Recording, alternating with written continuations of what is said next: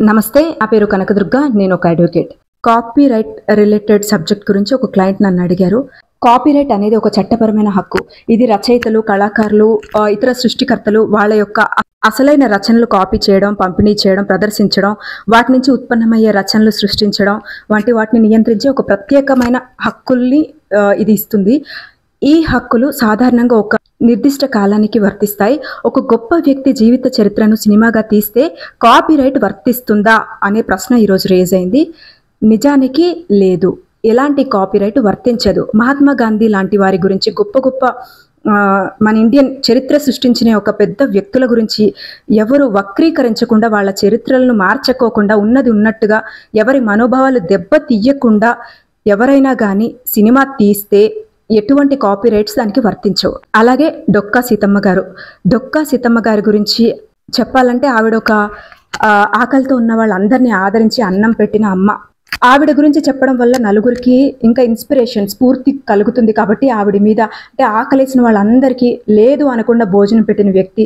నేటి కాలంలో చాలా కొద్ది మంది ఆవిడలాగా ఉంటున్నారు. కాబట్టి జనాల్లో హ్యుమానిటీ పెంచడం కోసం డొక్కా సీతమ్మ గారి గాథ, ఆవిడ యొక్క జీవిత చరిత్ర ఎవరైనా సినిమా తీయొచ్చు.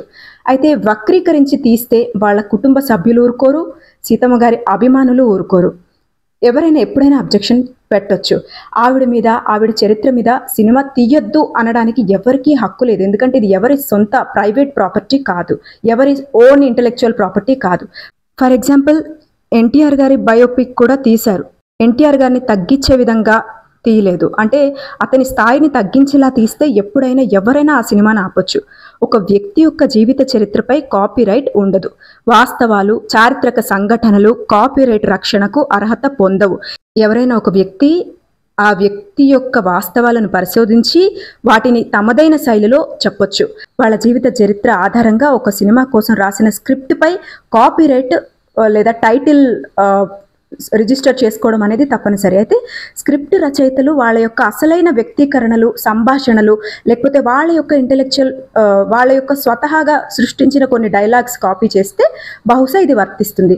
మూల రచనలు అంటే మూల కథ, అంటే ఏదైనా ఒక పుస్తకాల లేదా లేఖల ఆధారంగా వాళ్ళ సినిమా ఆ తీసిన వ్యక్తి అంటే ఒక ప్రైవేటు వ్యక్తి యొక్క లేఖలు ఏమైనా కాపీ కొట్టి తీస్తే అప్పుడు కాపీరైట్ చట్టం వర్తిస్తుంది. గొప్ప గొప్ప వ్యక్తుల యొక్క చరిత్రలు, రచనలు ప్రజాక్షేత్రంలోకి వెళ్ళాలి. ఎందుకంటే అది సొంత కథ కాదు, ఎవరి ప్రైవేట్ ప్రాపర్టీ కాదు. ఎప్పుడైనా ఎటువంటి అనుమతి లేకుండా ఉపయోగించుకోవచ్చు. కొన్ని సందర్భాల్లో కాపీరైట్ చేయబడిన మెటీరియల్కు విమర్శలు, వ్యాఖ్యానం, అంటే ఇప్పుడు ఒక సినిమా తీసిన తర్వాత రివ్యూస్ రాస్తూ ఉంటారు, బోధన చేస్తూ ఉంటారు, లెక్చర్స్ ఇస్తూ ఉంటారు, పుస్తకాల రూపంలో రాస్తూ ఉంటారు. వాళ్ళు ఎలా అయినా ఉపయోగించుకోవచ్చు.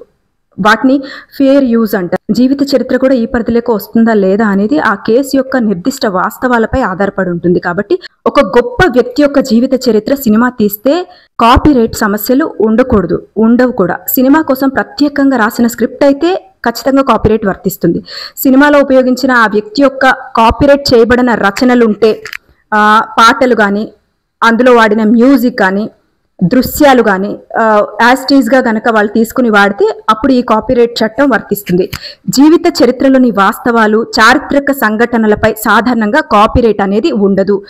సినిమా నిర్మాతలు కానీ, డైరెక్టర్లు కానీ ఆ వ్యక్తి యొక్క జీవితంలోని వాస్తవాలను స్వేచ్ఛగా ఉపయోగించుకోవచ్చు. కానీ వాళ్ళు తమదైన శైలిలో అసలైన వ్యక్తీకరణలు, సృజనాత్మక అంశాలను ఉపయోగించాలి.